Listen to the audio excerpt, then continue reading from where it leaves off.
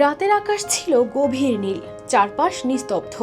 হঠাৎ এক ঝলকে সবকিছু যেন আগুনে জ্বলে উঠল।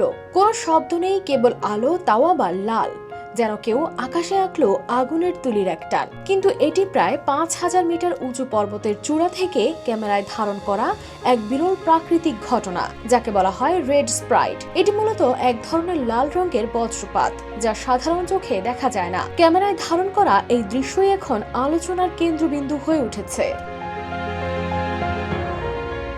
এই অসাধারণ দৃশ্যটি ক্যামেরায় ধারণ করেছেন চীনের ১৭ বছর বয়সী তরুণ অ্যাস্ট্রোফটোগ্রাফার দং বুচাং। তিনি আগেই আবহাওয়া দেখে বুঝে নিয়েছিলেন ওই রাতেই আকাশ মেঘমুক্ত থাকবে, তাই পরিকল্পনা করেই তিনি তিব্বতের সান্নান এলাকায় এক উঁচু পাহাড়ি জায়গায় চলে যান। সেই জায়গার উচ্চতা ছিল ৫,০০০ মিটারেরও বেশি। দং তার ক্যামেরা এমনভাবে সেট করেছিলেন যাতে প্রতি সেকেন্ডে ১২০টি ফ্রেম তোলা যায়। আর এ কারণে তিনি শুধু লাল ঝলকানির চূড়ান্ত মুহূর্তই নয়, বরং তার সূক্ষ্ম সব বিবরণও রেকর্ড করতে পেরেছেন। তিনি জানান, ক্যামেরা ঠিক দক্ষিণ দিকে তাক করেই বসেছিলেন, কারণ ওদিকেই বজ্রপাতের সম্ভাবনা ছিল।